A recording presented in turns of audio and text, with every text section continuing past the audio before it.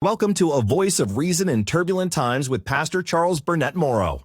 A powerful, practical, prophetic, and progressive commentary about what is happening in our world today. And the law was given expressly to the nation of Israel.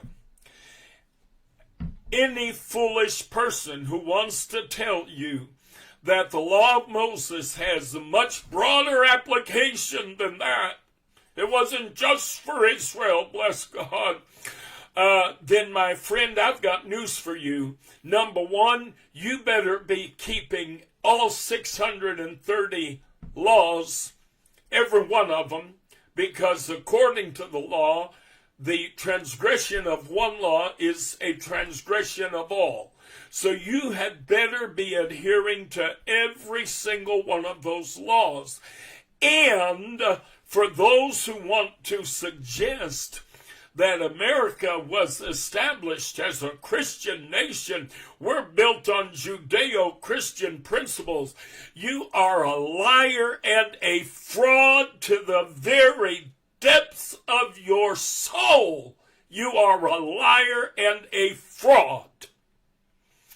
If you want to see how God Himself would design a government, if you want to see how God Himself would desire that government function and government operate, then honey, you can look at the law of Moses, because the law of Moses was more than religious symbolism and religious law.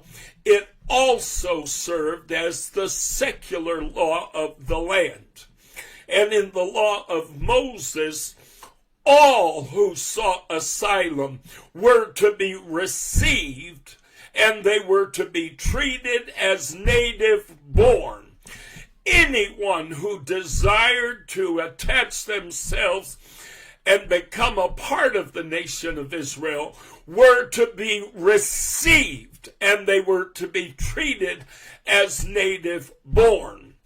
God understood that a nation's security and that their development over the course of time required growth. It is not merely, as the white supremacists would suggest, it cannot be solely based upon reproduction. It cannot be solely based upon your citizens having babies. That is what Hitler taught. That is what Hitler believed. No, God understood that if others outside of your nation want to come in and they want to attach themselves to you as a people, they are to be received and they are to be accepted as though they were one of your own. Now, of course, mind you, with that meant that they then became subject to the same laws that you were subject to, okay? So they would come under the same law. But the reality is, for the believer, the law served an example. God expects believers to behave as Christians. He expects believers to do right, no matter what their neighbor is doing, no matter what the guy across the street is doing, no matter what people in their city or their community, their state, their nation are doing.